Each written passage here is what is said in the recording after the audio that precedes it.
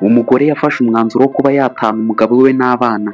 Umwana disi yaje ahamagara ati se mama turimo uragenda koko uragiye, amubwira ati ariko wambabariye wowe ugenda kwiyamiye ntabwo urimo uranyumva. Ni nako umugabo we yari arimo arasohoka arimo arumva ukuntu umugore arimo aratuka umwana ati njye nakwiyamye njyewe ntabwo nshaka kujyana nawe, ureke kugumya umyabiza, ati ntabwo urimo urabona umugabo uje kuntwara.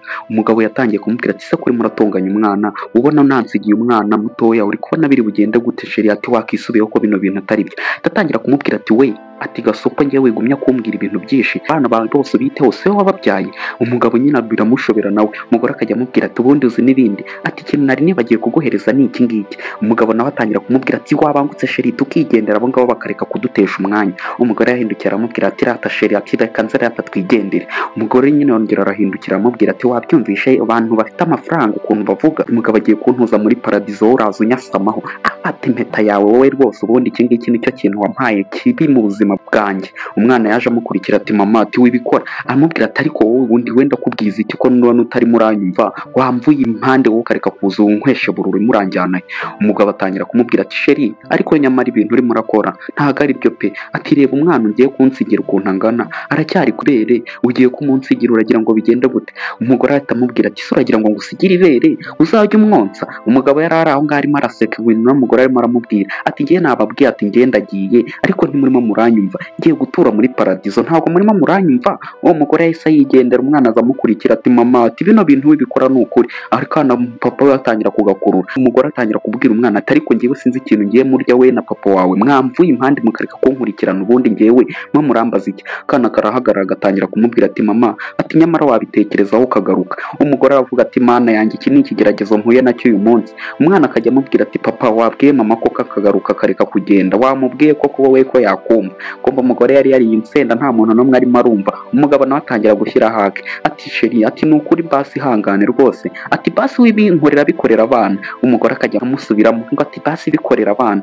mubwira ati se nguma aha ngaha ni nakageretse ndimo ni iki ndimo ubu ngubu aha hantu ngiye muri byo gori urabona ariko ngiye nagumya mba. Ati rwose muteye impuhwe pe, ati muteye impuhwe rwose, ati reba ukuntu ukikiye abana, ati ariko ngewe reba uno mugabo ukuntu ameze, ati muri kubona ngiye namusiga nkamwitesha rwose mutekereza nabi pe, ati ngiye ntabwo nasiga umugabo wanjye, muri kubona ntahisemo amahitamo meza, murabura kunshyigikira mumbwira ati wahisemo neza ahubwo mukanyiruka inyuma munyabiraho ngo ngiye rwose ngo mugaruka. Ati reka mbabwire ukuri ngewe ntabwo nagaruka pe, ati byararangiye ngiye rwose kuba narashakanye n'imbwa nkawe byose mbisize aho ngaho rwose, ububwa bwawe bugumane, ati kuko urabona ngiye kujyana n'umugabo ufite amafaranga. Umugabo yahise atangira kumubwira ati rata sheri ati we jya mu modoka twigendera. Umugore yahise yinjira mu modoka, nibwo bwa nyuma bari bakimubonye n'umugore yahise yinjira mu modoka, umugabo arafunga. Wa mugabo yahise aza atangira kumubwira ati se ati ibintu uri murakora umugore wanjye uri kumujyana uri kubona adafite abana, ati tekereza nawe nk'umuntu uri kubona umugore afite abana uramujyanye.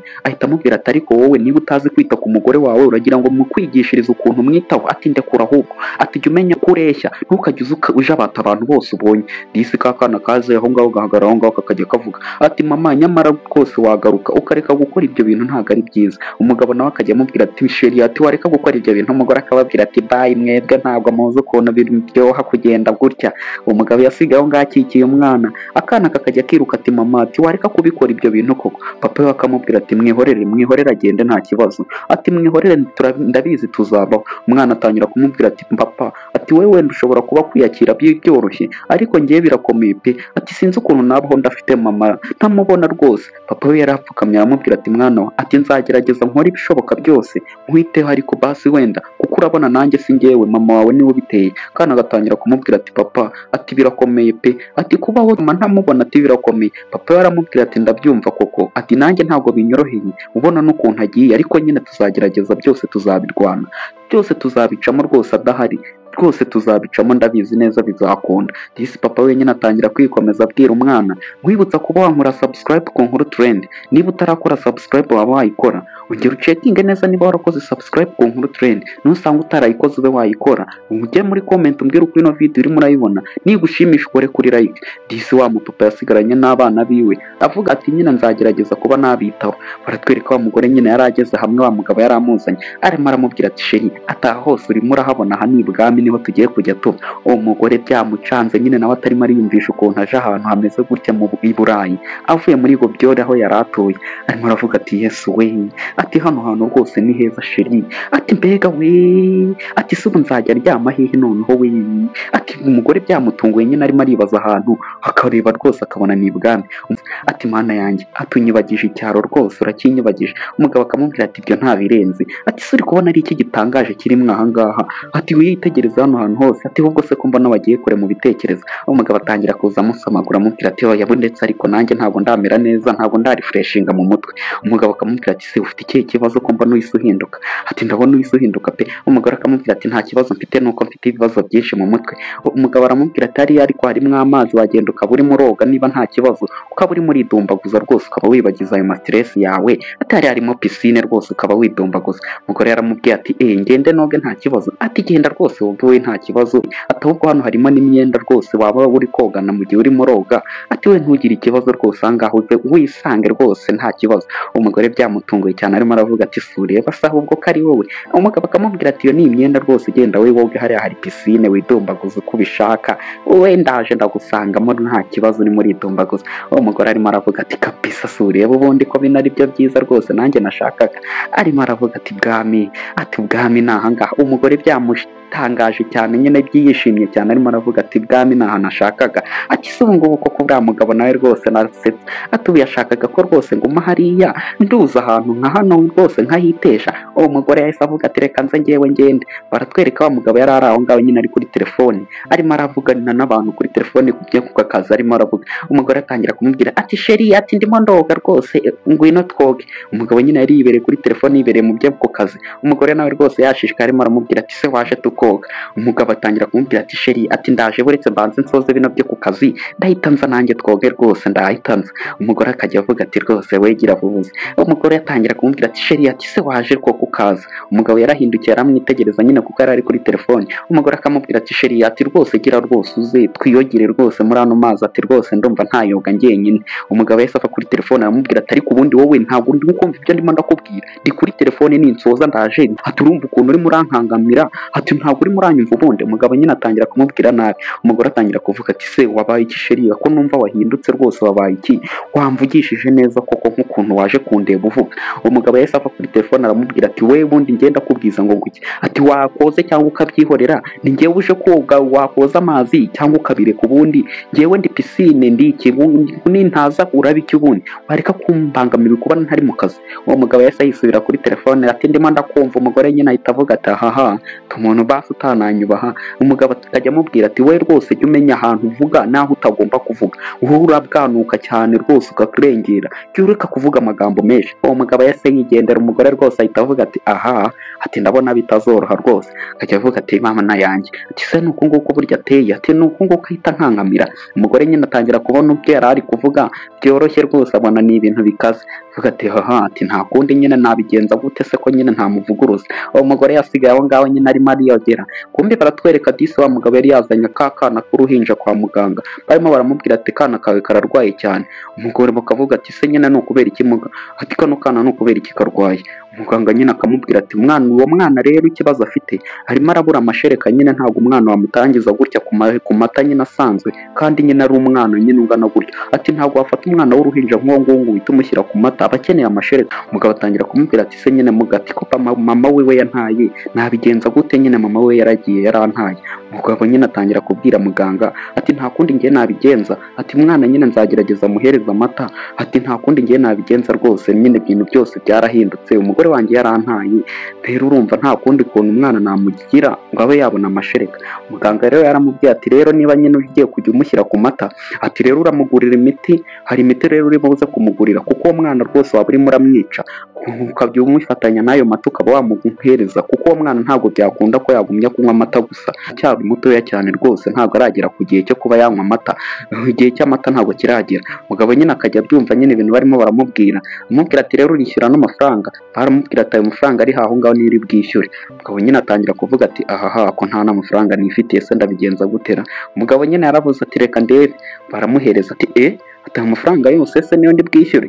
Umugabo nyine byamucanze cyane arimo aravuga ati ko mbona ari menshi se muga, ati ayo mafaranga rwose ni menshi cyane rwose. Ati se mwana ntabwo mwaba mumugumanye basi wenda nkaba nshaka n'amafaranga. Muganga aramubwira ati ibi ngibi ntabwo bikunda rwose, ati ibyo ngibyo ni n'ubwa wa mbere tubyumvishe. Ati si ibyo urumva bibaho rwose tukaba dusigaranye umwana ngo ujye gushaka amafaranga. Ati ikiri bukunde n'undi buva aha ngaho uyatanze rwose, ibyo ntabwo byakunda kuba twasigarana umwana, ati ibyo nta nubwo bibaho. Umugabo yumva rwose biracanganye aravuga ati ehehe, ati reka ibi ngibi ndabigenza gute, kuko umugabo nyine nta mafaranga yari yifitiye, we icyo yatekerezaga yumvaga ko ari bubasigira umwana akaba ajya kuyashaka. Umugabo rwose nawe rwose biracanganye ibyiwe, yaravuze ati reka ntaribi rwose ndebe ukuntu ndi buyabone, ati rwose reka ndebe. Umugabo yatangiye gutekereza ahantu yaba yakura amafaranga, arahashoberwa aravuga ati se amafaranga nayakura he koko. Umugore nyine akamwitegerezaho, muganga akavuga ati se mugabo ko mbona ufite ibibazo byinshi urimo uratekereza ibiki. Umugabo akamubwira ati hoya muga nta kintu na kimwe ndimo ndatekereza nyine ukuntu akana kanjye karwaye nyine kaba nyine kakeneye amata kandi mama we yaradutaye, nicyo kintu ndimo ndatekereza.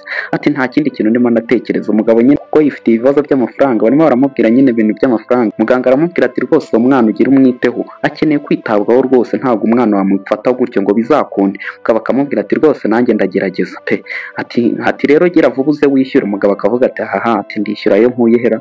Umugabo akavuga ati se noneho ndabigenza gute, hano ko ntabona n'ukuntu ntoroka uyu mwana namutorokana gute. Kumbi ka kana gatoya nako gahise kaza ati papa, ati mvuye ku ishuri ariko ibintu ni danje, ati uzi ko umuntu mwarimu yanserereje n'abanyeshuri, ni njye njyenyine utagira igikapu ku ishuri. Mubwira ati se biri seri. Akana gahise kamubwira ati papa biri seri, uzi ukuntu banserereje, ni njye njyenyine utagira igikapu pe. Umugabo aravuga ati mpaye nka none ibibazo noneho ko numva bibaye byinshi. Ahise amubwira ati nta kibazo, igikapu ndaza kukigushakira, ejo uzajyana igikapu cyiza rwose ndaza kukigushakira, kizaba urimo urakoresha muri ino minsi ndaza kukigushakira, reka mbanze nite ku by'umwana tubanze dutahe rwose ndaza kugushakira igikapu. Umugabo nyine atangira kubwira umwana akamubwira ati rwose papa, ati ku ishuri banserereje nanjye numva ngize ubwoba, ati ngira ubwoba. Papa akamubwira ati nta kibazo, wowe igikapu ejo uzakijyana ku ishuri, wowe ntugire ikibazo rwose. Sinzi ko umugabo ari buze kubigenza, barimo baramwaka amafaranga ahantu bose. Umwana yaravuze ati nta kibazo rwose papa, ati ngiye rwose ejo ngomba kujyana igikapu ku ishuri kuko ntabwo byakunda. Umugabo yaratekereje ati se ubundi nabigenza gute.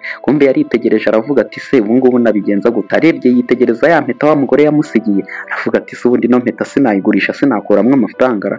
Aravuga ati mana yanjye mbabarire kuri ibi sezerano ngiye gutenguha, ati rwose ino mpeta ngiye kuyigurisha. Ntibyatinze wa mugabo yahise aza kuyiteza nyine ababwira ati ngiye rwose mugabo nyihanganire, wenda nshobora kuba ndi mu bagabo bake baje kugurisha impeta aha ngaha, atari ko ino mpeta rwose ngewe bitewe n'ibibazo mfite niyo mpamvu nje kuyigurisha. Umugabo atangira kumwumva nyine ibibazo by'uyu mugabo afite, amubwira ati ino mpeta rwose ngewe rwose nanjye ntabwo nashakaga kuyigurisha, ariko kubera ibibazo rwose ndayigurishije pe. Umugabo yahise atangira gufata ya mpeta avuga ati iyi ngiyi rwose ndaguhiye nta nubwo yihenda, ati ndaguhereza amafaranga make. Yahise amuhereza amafaranga rwose. Umugabo nyine ahita atangira gufata aya mafaranga aravuga ati se ngubu koko aya mafaranga niyo waguze iyo mpeta koko, ati aya mafaranga ni makeya pe, ati nkubwiye ibibazo mfite, ati kuri ayo mpeta rwose aya mafaranga umpaye ni makeya cyane. Umugabo amubwira ati se nyine ko ari ayo ngayo igura, ati naguhereza amafaranga itaguha, aya ngaya rwose niyo igura, nta yandi mafaranga nashyiraho pe. Umugabo nyine yumva biracanganye cyane aravuga ati suba aya mafaranga koko niyo aguze iyi mpeta bitewe n'ukuntu nayiguze. Kumbe akiri aho bahise bamuhamagara kuri telefone, bahise bamuhamagara ati alo, ati rwose munyihanganire muga, ati ndaje rwose ntabwo ndi butinde, amafaranga yo nayabonye rwose ndaje ubu ngubu ndimo ndaza, nari mpageze nyine ni wa mugore wari umuhamagaye wo kwa muganga yari asigiye umwana, arimo aramubwira ati ndaje wowe wigira ikibazo. Ariko wa mugabo wari umaze kugura iriya mpeta yari arimo arumva nyine ibibazo by'uno mugabo, akamubwira ati ngiye rwose wigira ikibazo, ngiye amafaranga ndayafite. Umugabo nyine yumva ukuntu uno mugabo rwose arimo arahura n'ibibazo, aramubwira ati ngiye ubu ngubu niwe tuvugana, ubu ndimo ndaza ndi mu nzira. Ariko umugabo nyine akitegereza ukuntu uno mugabo rwose arimo arahangayika, akavuga ati uno mugabo rwose arababaje. Wa mugabo yaritegereje aravuga ati koko uno mugabo arababaje. Nawe yahise ava kuri telefone avuga ati nta kibazo ngiye ndaje rwose ndi mu nzira.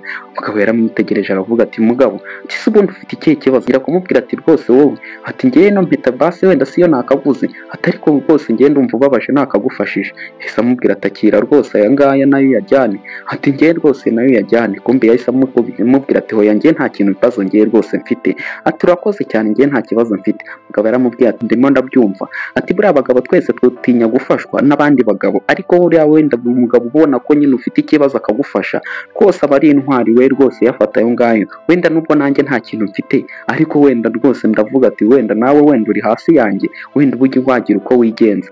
umugabo nawe rwose ntiyazuyaje, yaramubwiye ati urakoze cyane rwose, ati ndagushimira, sinzi ukuntu nagushimira bitewe n'ukuntu nawe kwa muganga bamereye nabi. Yaramubwiye ati nta kibazo rwose nanjye ndakumva, kuko abantu nta muntu udahura n'ibibazo, ariko ibibazo biba bitandukanye. Wenda ushobora kuba uhuye n'ibirenze ibyanjye, ariko wenda we ubikeneye muri aka kanya, ariko njyewe bidahiri bukemuke muri aka kanya. Mubwira ati cyane rwose urakoze, sinzi ukuntu nagushimira, ati ubu ngubu ngiye kugenda mpite nkemura utubazo twanjye. Umugabo aramubwira ati nta kibazo rwose urakoze cyane. Kumbe yaramuhaye nyine amafaranga apfunyitse mwaho ngaho, avuga ati mana yanjye urakoze cyane. Baratwereka wa mugore yari arimo araza abyina rwose wigereye ibwami, arimo aravuga ati sheri, ati bon appetit, ariko aza amukubita amubwira ati bon appetit sheri, ati se sheri kuba waje kurya rwose utambwiye, ati uzi uko njye ntari kugumya niryamiye ntazi ko wagiye ku meza. Umugabo yahise ahindukira amubwira ati se wagiraga ngo nze nkubwire uri umwana baza kubwira ngo ibiryo byahiye, uragira ngo nkubwire ngo iki, ngo nze nkubwire ngo ngwino tujye ku meza. Ati reka reka ibyo ngibyo byose nabikubwira pe, ati njye mba mbizi ko ukeneye kurya, niyo mpamvu nza kwirira, waza gukenera kurya nawe ukaza kurya, nta mpamvu yo kuza kumubwira ngo uze kurya, njyewe sibyo ni ibiki umbwira. Umugore nyine yumva biramutunga, aravuga ati se sheri ko numva wahindutse ra, ati ko utajya kuvuga gutya, ko arimo arasuka intuza ji, yahise ayimena ku mugabo. Umugabo rero ararakara ati wanjije we, reba ukuntu urimo uramena hino ji, ati ntabwo uzi gusuka neza uwo mwana utazi gusuka ji. Tangira kumubwira ati sheri, ati reka ngo wanabure nta kibazo ntabwo nabishakaga. Mubwira ati reba kabatinda ubundi ngiye mwamunsetsa, ati reba ishati nambaye ihuriye n'ibyo bigutiya byawe wambaye, warangiza ukaza urimo urankorakora ngewe urimo uranyanduza. Reba ibyo bigutiya wambaye warangiza ukayigiranya n'ino shati uzi ko ihenda, warangiza ukayigiranya n'ibyo bigutiya uba wambaye. Amubwira ati sheri, ati wirengera rwose, urimo urarengera, ati ibintu urimo uravuga rwose birimo nyandagazi nyinshi, ati urimo urarengera pe. Umugabo yahise amubwira ati se ndimo ndarengera hera, ati ariko abatindi rwose mwihereza ibyubahiro. Umugabo yahise yigendera, umugore nawe asigara aho ngaho rwose avuga ati hehe, ati ko mbona bya bintu burya bikomeye bimwe nishoyemo. Umugore nyine yumvaga kaje mu bintu byoroshye, kumva byari bikomeye cyane. Baratwereka abaha akana disi kari karimo karirebera televiziyo, papa we nawe yaje amuhamagara ati Emily, ati Emily, ati papa we yahise azamubwira ati surprise, ati Emily ngo ufite surprise. Kumbe yahise azamuhereza igikapu cyiza, kandi agatangira kugatangaza ati papa ko uguze igikapu cyiza cyane kurusha abantu bose twigana, ati kino gikapu kirahenze pe, ati uzi ko wari kungurira gatoya. Papa yahise amubwira ati hoya, ati nashakaga kugukorera surprise y'ikintu cyiza, ati icyo ngicyo nicyo cyiza ugomba kujyana ku ishuri, ku buryo abantu bose bamwe bagusekaga uri buze noneho babwira ati reba igikapu papa yanguriye, ukabiyemeraho.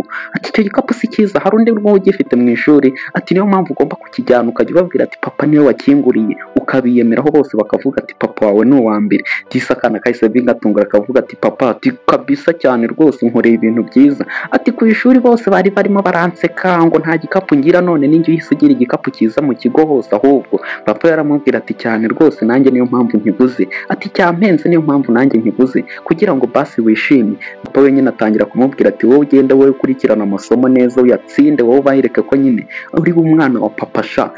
Akana karavuga ati cyane papa, ati nanjye ngomba kwiga nkatsinda.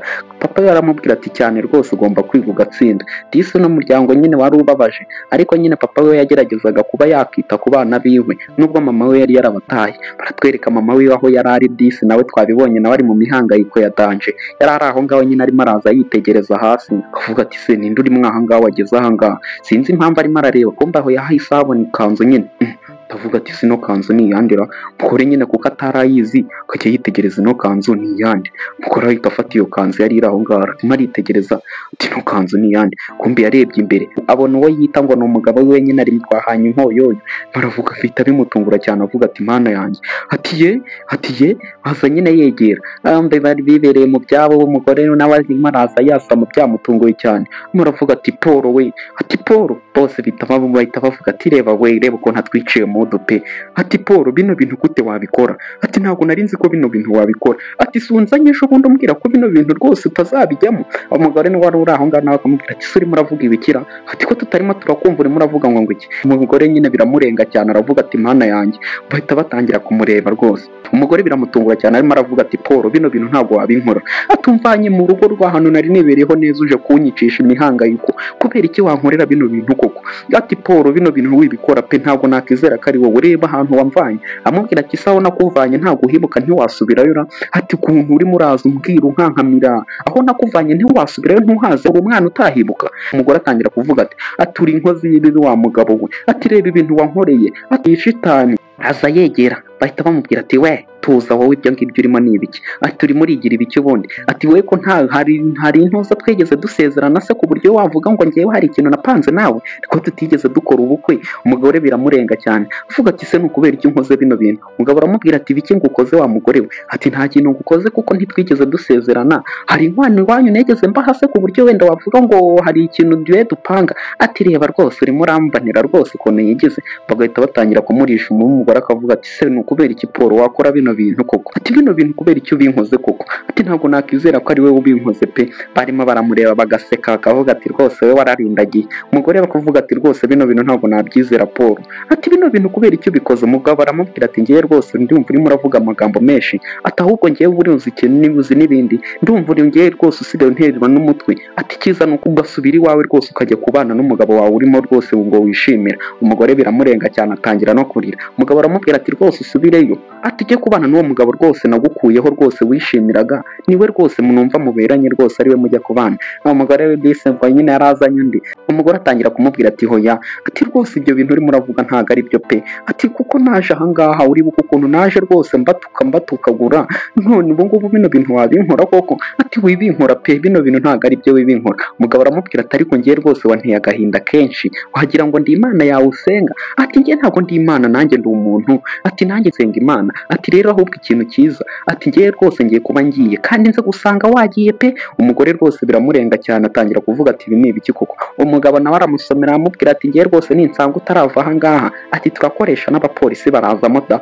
ati baragukura ahangaha kuko ngewe sinzi impamvu ngewe waza unyivangira mu buzima, nta nubwo washima ngo uze unadusuhuza ibyo twari turimo kuturogoye, ahubwo uraza uterera hejuru ngo ukagira ngo warankoye cyangwa nagukoye. Aza avuga ati ubundi muri mu biki murimo muravuga biki, ati ceceka aho ngaho ubundi ngiye nakubwiye, ati ibyo nakubwiye ntiwumva. Umugore disi abona ko ibintu byose byamurenze. Umugabo aramubwira ati genda upakire utwawe twose, ati nsanga wavuye ahangaha rwose ngiye ntabwo nshaka kukubona ahangaha mu nzu yanjye. Umugore rwose yumva nyine umugabo museri amubwira ati rwose ahubwo ubu ngubu ntiyahita agenda none ahangaha sheri, ati yego, ati nagende none ahangaha ubwo se ategereje ashaka iki, ati ngaruke rwose nsanga wagiye. Uwo mugore disi yahise abona ko ibyo yigiraga byose araha birangirira, yahise atangira kurira avuga ati mana yanjye noneho ibi ngibi ni ibiki bimbayeho, ati ndazibanga nzerekeza ariko umugabo wanjye rwose namuhemukiye, narabututse umwana ndatuka bose ndasanza ubu ndabanzibanga nzerekeza. Umugore disi yahise abona ko nyine ibintu byose isa ari gatebe gatoki, iyo ubyinnye cyane ushiduka isi gukaragiyeho nyine ikagufungiraho n'amaferi.